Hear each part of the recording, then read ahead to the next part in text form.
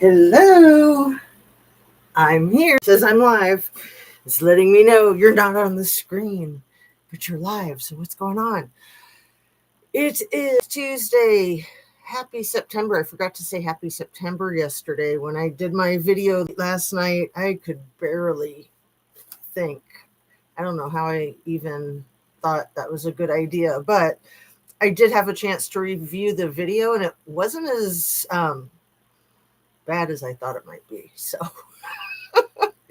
anyway, thank you for joining me, whether you're on the replay crew or you're here live. I do have one in the house, and I'm going to guess it's Anna B's, but it might not be.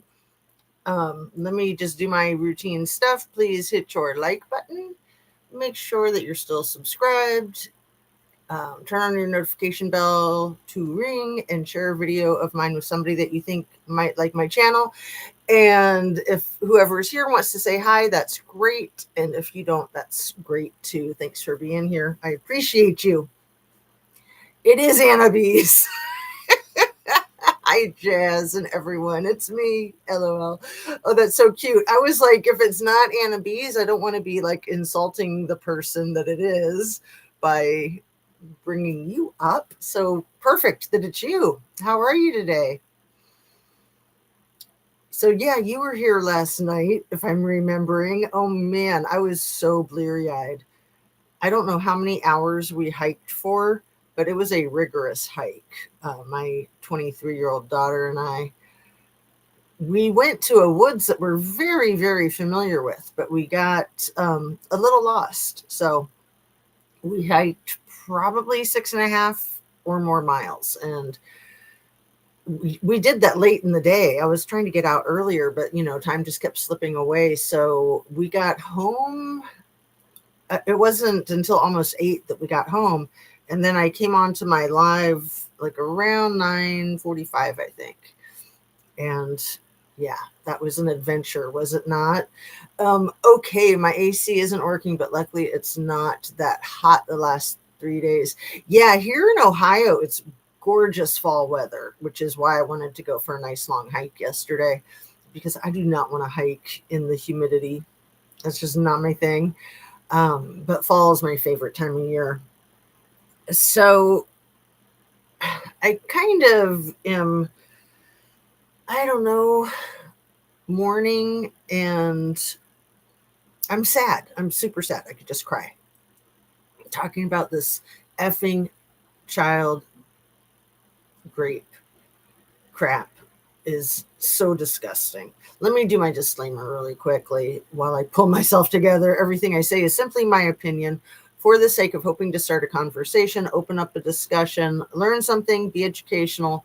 All my videos are made for YouTube. It's an infotainment platform. So, and yesterday was Kylie Rodney's, what would have been her 20th birthday, Anna B's. I saw a post. I think it was Truth Tsunami Sagali who put up a post with Hallelujah. It was just like not a post, but a short video last night or yesterday. And I had honestly forgotten about it being Kylie Rodney's birthday until I saw that post. So I was very grateful to see that. And that too made me super sad. She would have been 20 years old yesterday.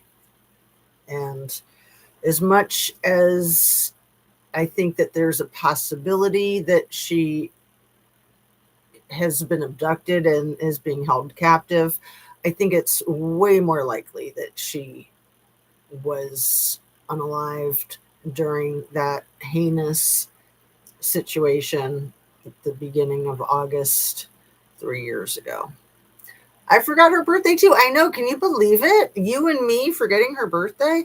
I think we're so freaking distracted by the Trumpster fire. Do you think that's what it is? Because I definitely think that's what it is. I've been kind of waiting with bated breath to get to today because, as we all know, Congress went on an early vacation 5 or 6 weeks ago, adding to their already month-long vacation that they typically take for the month of August until Labor Day. And I could have sworn that the victims were scheduled to testify today. But now, in the last couple of days, and today as well, it appears that they're scheduled to testify tomorrow. But Anna Bees, you've probably seen that today at 2 o'clock, the president, not necessarily Trumpster fire, but the president is going to be making an announcement in less than an hour. WTF. Like, what a bizarre week. He's barely been seen for an entire week. Today's Tuesday. I think it was Tuesday last week, the last time he spoke on camera. The attention whore who can't shut up and who practically wants to like hop in bed with every camera he sees. I mean, he's out of control. He's an attention whore, and he has been silent for a week. So we know that he's incapacitated. We know that he's most likely had a stroke or something with those kinkles. I do think that is what it is. Yeah. Yeah. I mean, I've been counting down the days, and then it was only yesterday that I started to hear on YouTube that they were going to be testifying tomorrow instead of today. So I don't know if I had gotten it wrong or if they changed the schedule. But what I do know is that not hearing from any president for a week is highly unlikely, to say the least. And to not hear from that attention whore who won't shut up is beyond unlikely. I don't think he's deceased. I do think that the pictures that they put out, that his people put out on the internet yesterday, I think it was just yesterday, the ones of him looking like hell warmed over, basically, or hell frozen over. His neck is so swollen and his eyes are really swollen, and it looks like he has no hair, because I mean, it kind of looks like I have no hair too, but even with me with my hair pulled back and a cap, you can see my little, what do you want to call them, sideburns. But with side angle of him yesterday, there's none of that. And he's got crazy poofy hair, so it could very well be that they had to shave his head for some type of surgery. Don't you think, my nurse in residence? I think he was probably hospitalized. Absolutely. Yeah.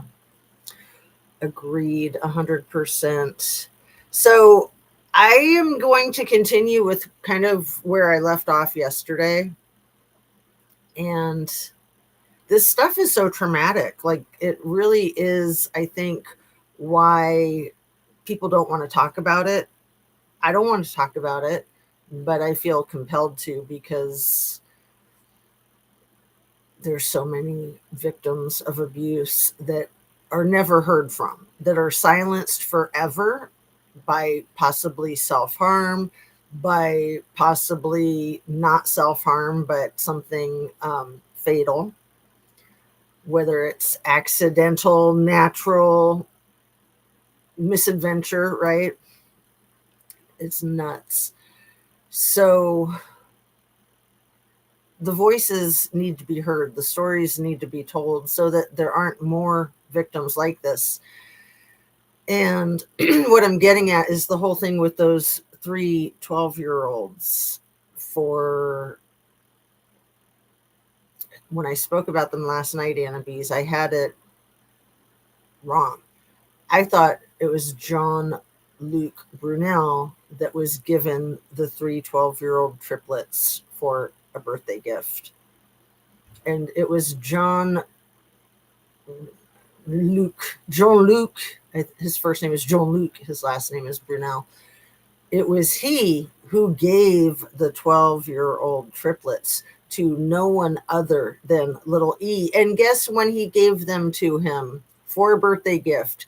You guessed it. It was his 50th effing birthday. The same effing birthday that dear leader wrote him that birthday letter that is also supposed to be produced to Congress next week on September 8th. So a week from yesterday. I think he was probably hospitalized. Hello, DYI Drea. Nice to see you again. Thanks for coming in. It is so sick. So I honestly think that what I was hypothesizing last night as a suspicion is exactly why Dear Leader is so triggered by that birthday letter, because it's not about what's in the letter, it's about what happened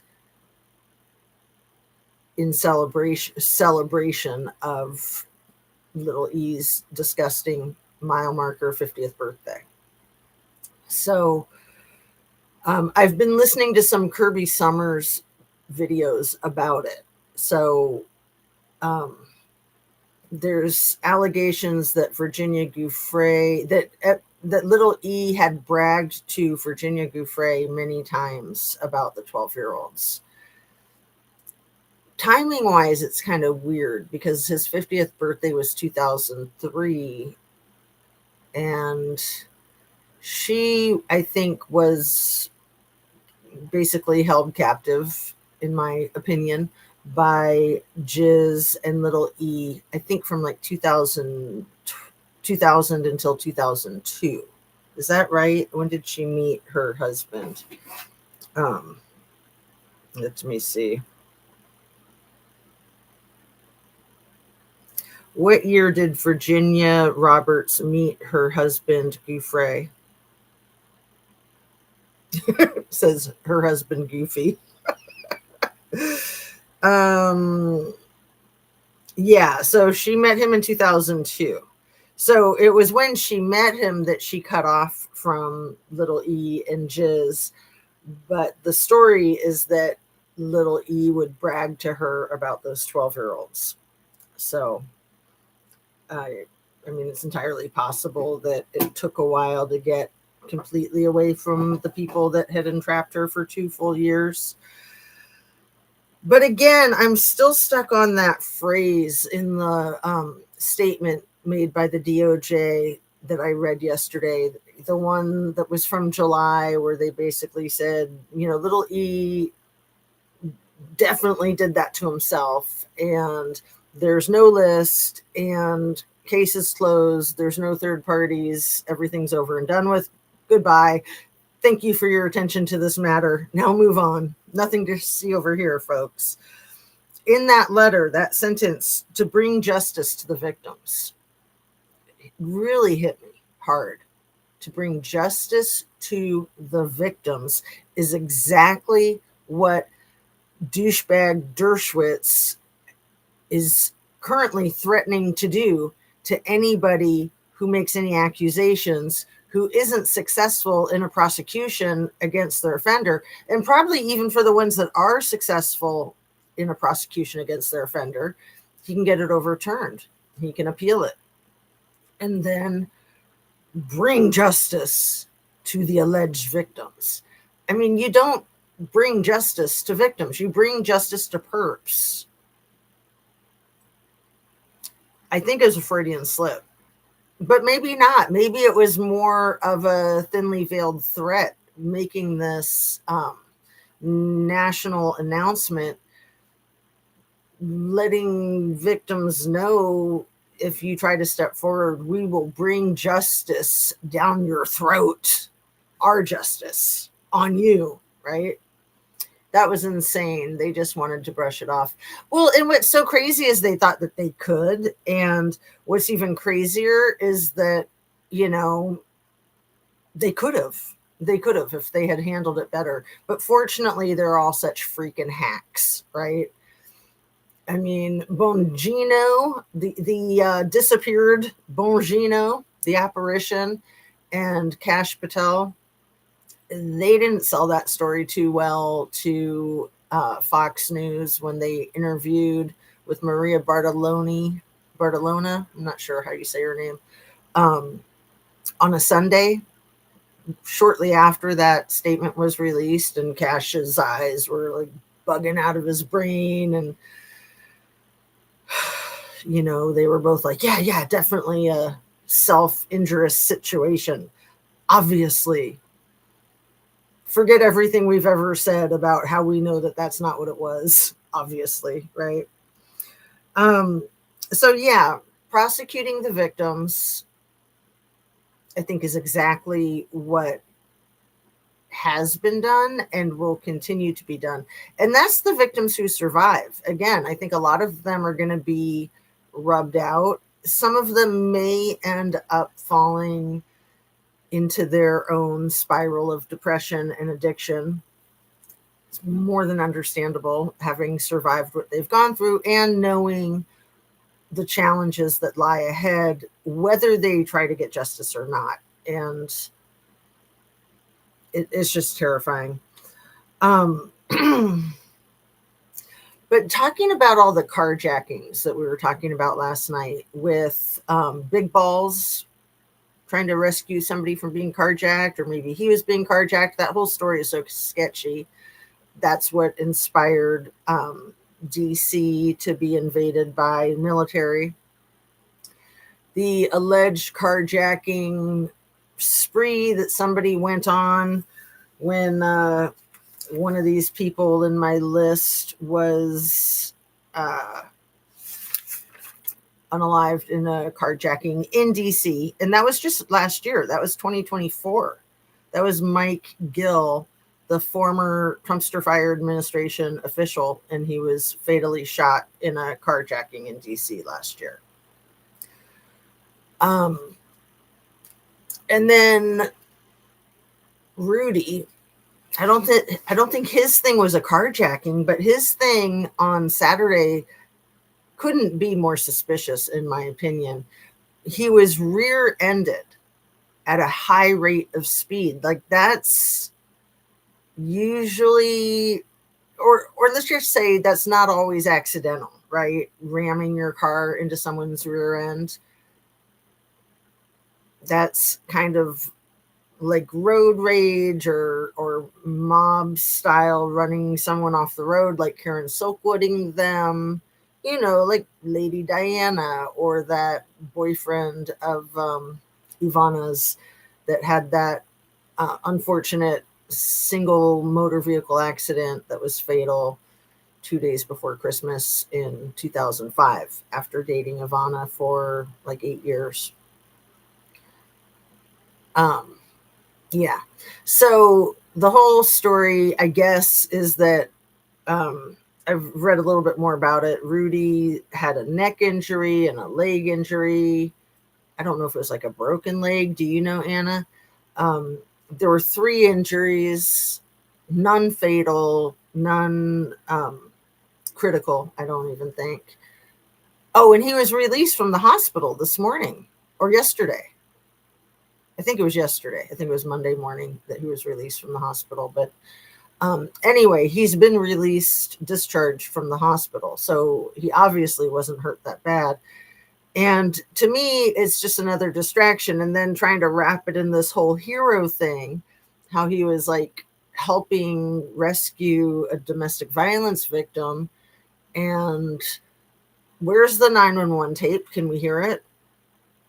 And is that what Trumpster Fire is wanting to use as an excuse to give him that freaking Medal of Honor that's like the highest Medal of Honor type of award that can be given to a civilian? And I want to correct myself. I think yesterday I said like a military honor, but no, it's a civilian honor. So yeah, military honor would be like a Purple Heart. I'm not sure what this one is called. Do you remember, Annabise? Let's see what the AI will tell me about it.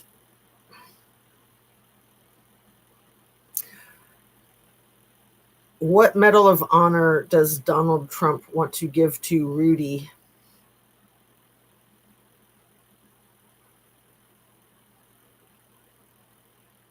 The Presidential Medal of Freedom. That's what it is. I knew that. OMG. Like, what has he done? So this article, News Nation, not the most trustworthy. It kind of makes it sound like the Medal of Honor is in response to the car crash. Maybe it was a failed assassination attempt, and so that's his way of trying to keep Rudy quiet. I mean, there's the whole thing with the head of the UN and her problems with her airplane yesterday, right? That was crazy. UN leader airplane sabotaged. That's my opinion. Let's see. So it happened to a UN chief 63 years ago in 1961. Yeah, 1961.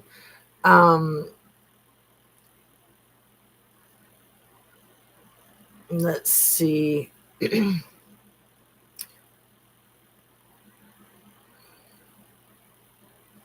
This year.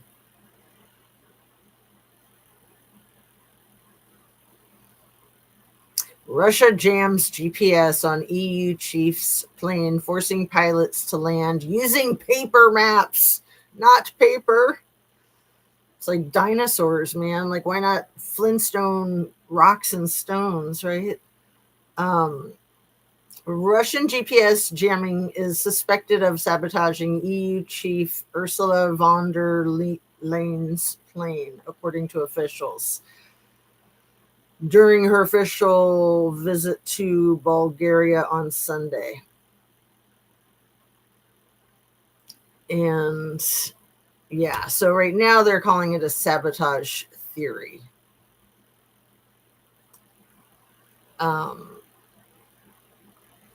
We'll see what happens with that. What is this? More airplane crashes. I don't know.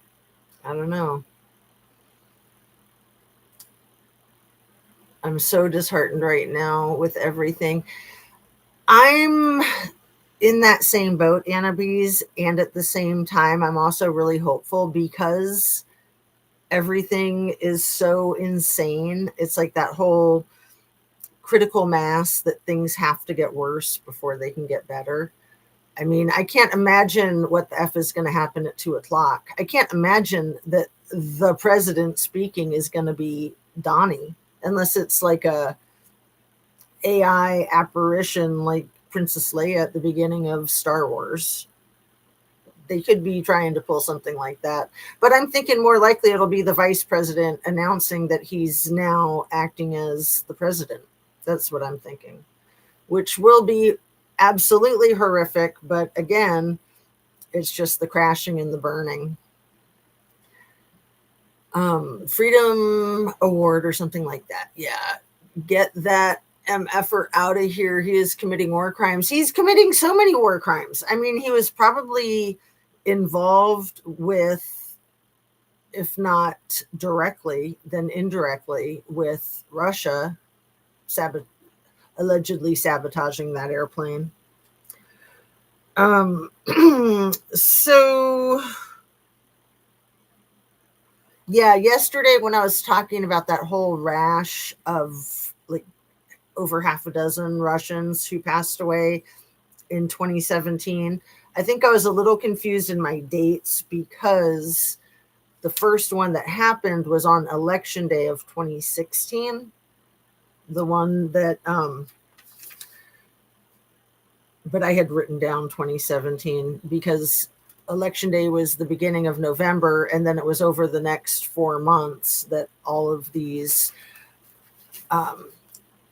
officials from that country, the R country, with affiliations with little t, that they were all dropping like flies. So it started on election day of 2016, and then it continued into the first couple of months of 2017. And the one on election day, I was going to read to you a couple of things, and I think I have them set up so I can find them much more quickly now. So let's see.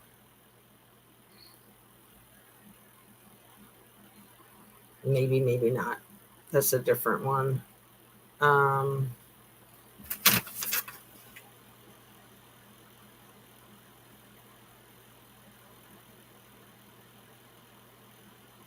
writing here is so tiny. My apologies.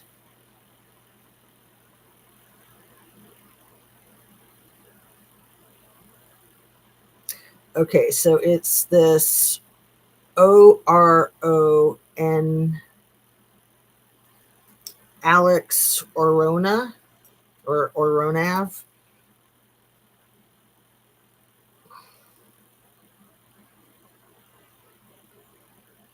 Alex Oronav.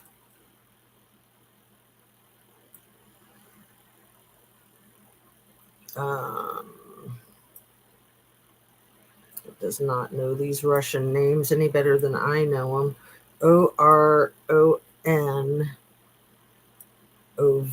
I think. Yeah, that's correct. How did Alex Oronav pass, and why does it matter? Oh my goodness, I am so glad that I pulled this up, you guys. Just typing in his name, the first thing that comes up with this isn't the AI mode, this is just all. So thank you, Google, for doing that for me. The very first article is Washington Monthly. I'll put a link to it in the description. And that, I think I just read you the title. How did Alex Aronoff die and why does it matter? March 6th, 2017. Alex Aronoff is dead. He was the father-in-law to Michael Cohen's brother.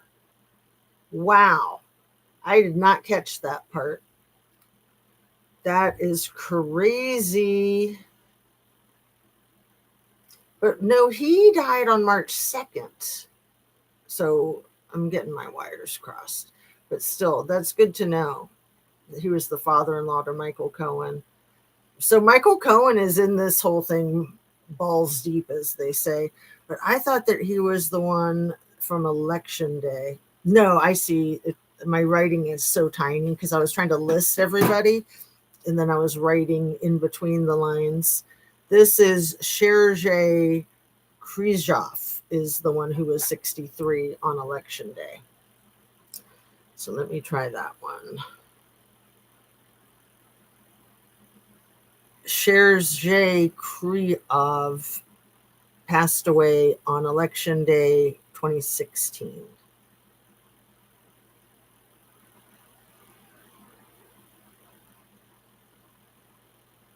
And it's got the name all messed up.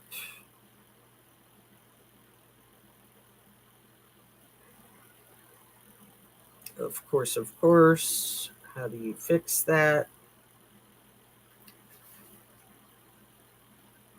With the braces, it's even harder. I'm just going to type it in.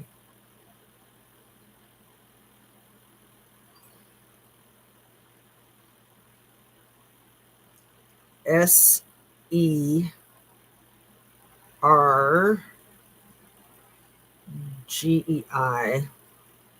Thank you for your patience, people. Krivov.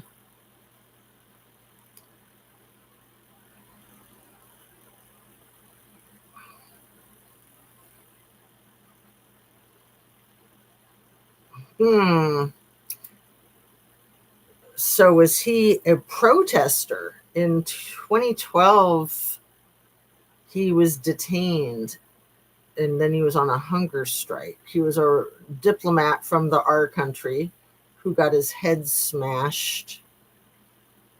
I think that was on Election Day was when he got his head smashed. But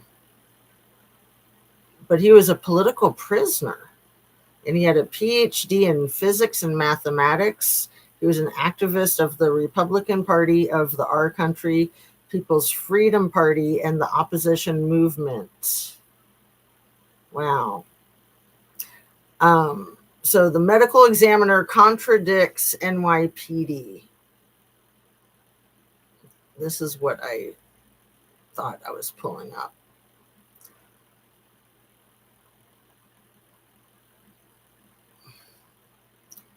Sergei Kryov, the security officer who passed mysteriously at the Russian consulate in New York on election day, passed due to internal bleeding related to a tumor, the New York City medical examiner says. Though the New York City Police Department said Kryov was found deceased with a head wound on the morning of November 8th, election day in the U.S., the medical examiner's office said it did not find evidence of a head wound on Kryov's body and that he died of natural causes. And a medical examiner can do that. They can do whatever they want. The medical examiner's findings do not include head trauma. Julie Bolser, a spokesperson for the medical examiner's office, said in an email.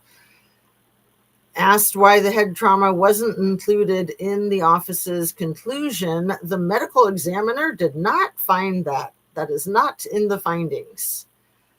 It's also been learned that the FBI helped probe Kryov's passing away, despite saying that it did not. A U.S. intelligence official said the Bureau took part in a joint inquiry into the incident with the NYPD and did not find Kryov's passing to be suspicious. Pressed about the discrepancy, the FBI did not respond. The NYPD also did not immediately respond to a request for comment. Initial reports said Kryov had fallen to his death from the roof of the consulate. You can't change your story. You got to pick one and stick to it. But the consulate officials quickly changed the narrative and said that Kryov had a heart attack, fell, hit his head, and died. That's from a Kids in the Hall skit, I like to say, and completely overreacted and died. Despite the medical examiner's office leaving the case open until Tuesday, the NYPD closed the case without a formal cause of loss of life. That the medical examiner's office didn't note Kryov's head trauma may be explainable, but it is odd. If police had put the presence of a head wound into the incident report, the medical examiner should have, at the very least, explained why it wasn't an issue. They should acknowledge it, said a former NYPD detective. As part of the autopsy, they're going to look at the complaint report if there's anything special, if they're going to be looking for anything specific. If it was that obvious, they should have noted it in their autopsy record and then dismissed it by further examination. Asked to directly address the discrepancy, the medical examiner's office declined to specifically explain. For your guidance, the medical examiner's office conducts its own independent investigation, including reviews of preliminary information from police where applicable, and arrives at a scientific and medical conclusion, Bolser said, referring further questions to the NYPD. Yes, it is possible that what the medical examiner ultimately finds may differ from the preliminary police information, and that is the nature of the investigative process.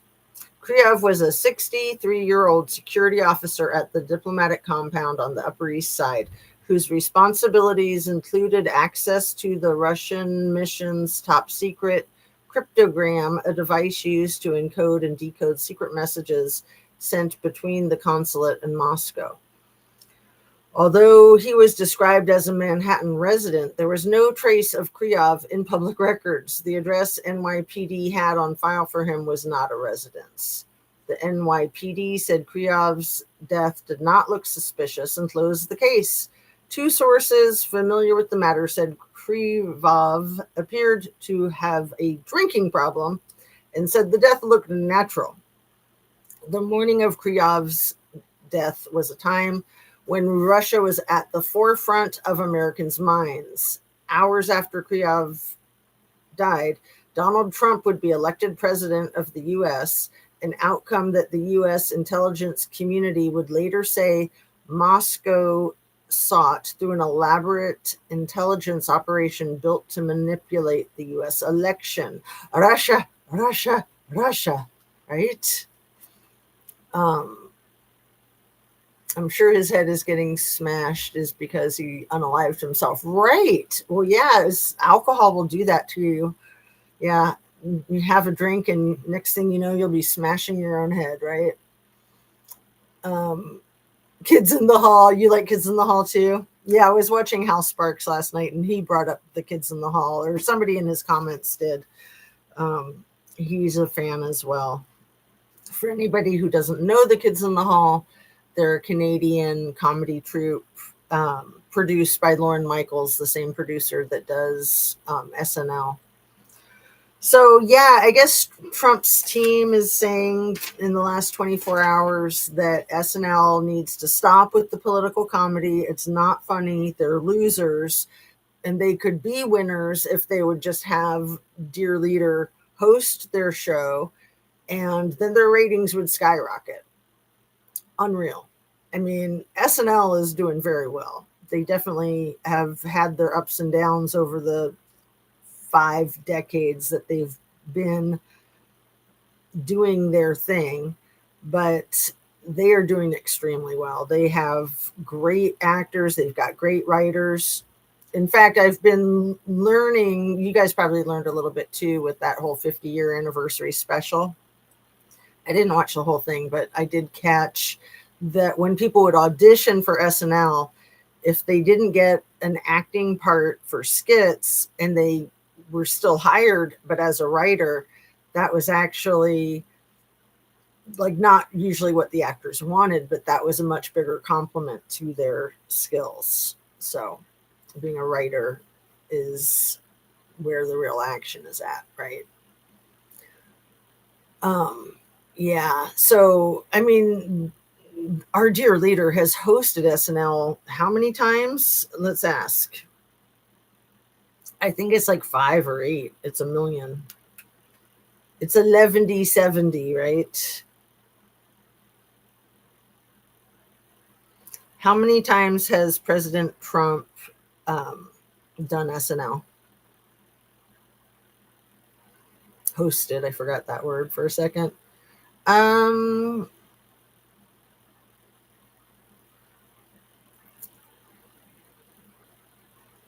Let me see. Maybe he's only done it once. How many times has Trump hosted Saturday Night Live?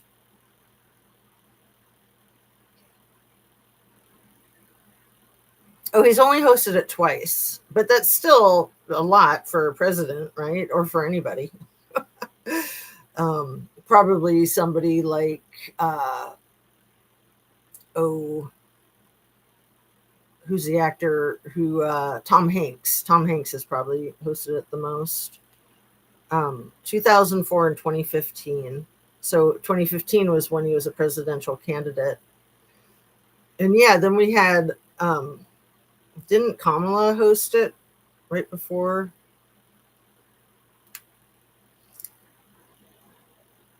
Did Kamala Harris host Saturday Night Live right before the election? Or maybe she just did a cameo. Yeah, she just did a cameo.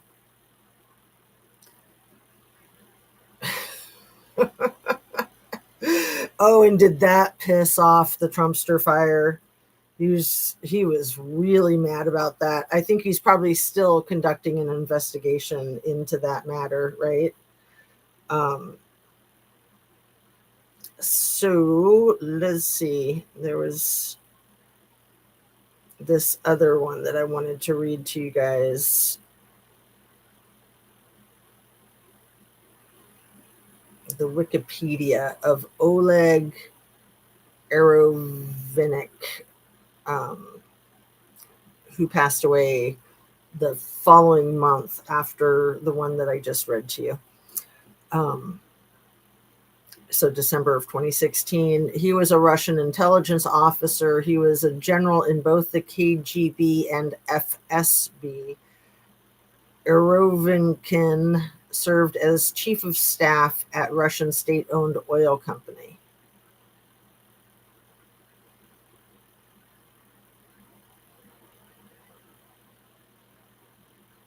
Um, in 94 under Boris Yeltsin, positioned as deputy head of personnel, protecting state secrets, and then appointed chief of staff by Putin in May of 08.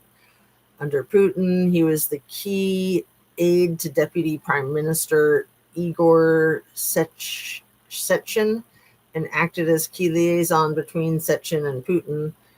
Erovinkin worked in a department of Rosneft that handles classified documents, receiving forward them to other agencies. He prepared personal declarations of Shinskin's assets and property for government. In May 2012, he worked for Rosneft and headed Sechin's office for a short time. On December 26th, the day after Christmas, 2016, he was found deceased in the back of his car in Moscow. He was 61 years old. While no cause of death was announced, local media sources repeated that foul play was suspected. The morgue reported no cause of death, although Eronovikin's last employer, Rosneft, claimed he died of a heart attack. His death was to be investigated by FSB officials. Because of the similarity to dossier source B, who was a former top-level intelligence officer still active in the Kremlin, described as Sechin's treasurer, media sources speculated that Erovikin was an unnamed informant for the Steele dossier. I can't say that word right. Steele dossier, I think. Dossier, I think is how you say it. A document compiled by former M16 spy Christopher Steele, detailing connections between DJT's presidential campaign and Russian assets. No, Russian agents. Sorry. The dossier described a close associate of Rosneft, President Sechin, as a source, and the media have speculated that Erovikin was that source. Steele responded to the reports of his death and said that although much of his information came from a source close to Sechin, he denied that Erovikin was a source. In interviews with Luke Harding, Steele was adamant that Erovinkin wasn't his source and not one of ours. As a person close to Steele put it to me, sometimes people just die. OMG. Yeah, and sometimes they just in rashes drop dead like flies, and they're all from the same government, and they all have connections to a newly elected, highly unlikely mob boss president. OMG. Sometimes people just die. That's like funny, not funny. Yeah, especially when you help grease the wheels, right? Glenn Simpson has also said he knows of no sources who have been harmed physically. Sources have noted that Erovikin was a key liaison between Sechin and Putin, served as chief of staff at Russian state-owned oil company Rosneft, the same company associated with those dossier allegations about Carter Page and the lifting of sanctions by Trumpster fire. Erovikin was Sechin's closest associates, and to Putin, who was looking for leakers, he was at least a person of interest. Yeah, you don't want to be on Putin's radar. According to Christo Grazev, a journalist at Risk Management Lab, a think tank based in Bulgaria, the circumstances of Erovinkin's death were mysterious. Grozev suspected Erovikin helped Steele compile the dossier on Trump and suggests the hypothesis that the death may have been part of a cover-up by the Russian government. Experts express skepticism about the theory.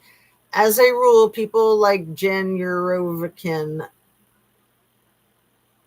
don't tend to die in airport thriller murders, said Mark Galliotti, an expert on Russian security services. No, sometimes people just die, right? Oh, is Fred here? Hello. Nice to see you. Sorry, no notification. What is up? Sorry, I came on before too. I did that because whoever's our acting president is supposedly going to be delivering some sort of official message to the country in 11 minutes? We'll see. I'm sure it'll be postponed. So what I started to say at the beginning of this video is I would think if Trumpster Fire was involved with those 12-year-old triplets, that nobody knows what happened to them. Nobody knows if they have passed away or if they are survivors, but they were certainly violated by little E on his 50th birthday, or maybe not on that exact day, but they were a gift from Jean-Luc Brunel for his 50th birthday. And I think that the abuse happened both in New York and on Pedo Island, as they call it. But they were first delivered to him, allegedly, in New York City by Jean-Luc Brunel. Look what I got you. 3 cute little kids. So sick. So sad. And apparently their parents were like flat broke, like complete destitute, poverty. And the 3 little girls, they were trying to get them into the modeling business. And Jean-Luc Brunel just swooped right in and said, oh, I got this. I'll take care of it for you. Brought them to New York. But also what's important to add to that is that apparently Jean-Luc Brunel had like a fast pass with the United States government to expedite passports for his modeling agency. I would imagine that Trumpster Fire might have had a similar thing all over the country, all over the world, I mean. Right? So then that really puts the onus onto officials that this is part of a horrific system that's been in place for a long time, and that it's hiding in plain sight. So if DJT had violated those triplets on or around little E's 50th birthday, that would make sense why he completely freaked out when that birthday letter emerged. And I am still under the heavy suspicion that Jiz herself instructed how to emerge that birthday letter as a direct threat against the president. Like, you know, you do what I want. I got you by the balls, buddy. So he's definitely between a rock and a hard place. So I think the best thing for him to do is to play possum. I kind of think that's what he's doing. And I think he's either playing possum or he is deceased and he's pretending to be alive. But why do we have a president that pretends crap? Like, hello, OMG. This is the most ridiculous thing in the world. To such an extreme. So, yeah, we might find out in 7 minutes now. How did 4 minutes go so fast? Just me talking. And let's see, there was one other thing I wanted to read to you, but I do want to try to wrap up so that we can check out what's going on at 2 o'clock with Dear Leader. Um, so, yeah, I'm still super curious about what was being dropped out of the White House window over the weekend. Super curious. I think that uh, I think I might know 5 names of people that are scheduled to testify tomorrow. I believe more than likely it'll be Teresa Helm, Sarah Ransom, Jess Michaels, and the Farmer sisters, Annie Farmer and Maria Farmer. I don't know if Kirby Summers would be possibly testifying. That would be pretty cool.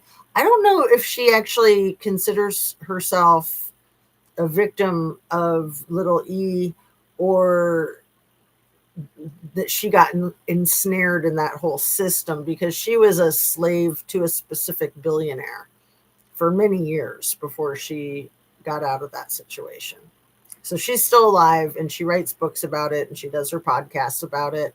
And I highly recommend paying attention to her if you don't already.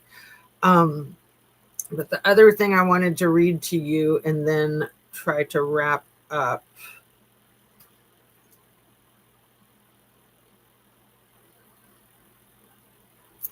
Um,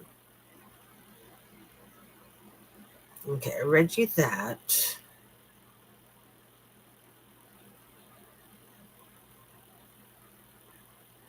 This is about the 12-year-old triplets. So remember last night when I said I don't want to ask AI because they've probably been scrubbed of it anyway? I was completely wrong. AI is not scrubbed of it. This is the AI overview.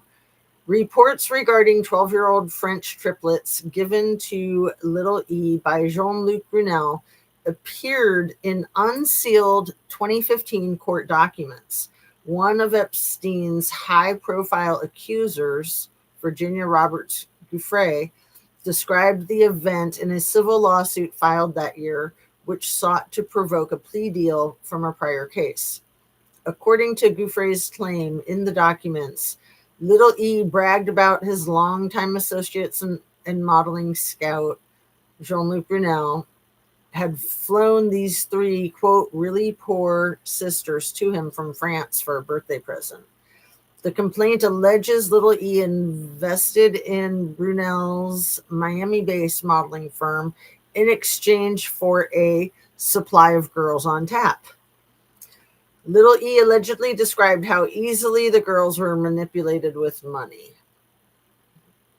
So disgusting. Um,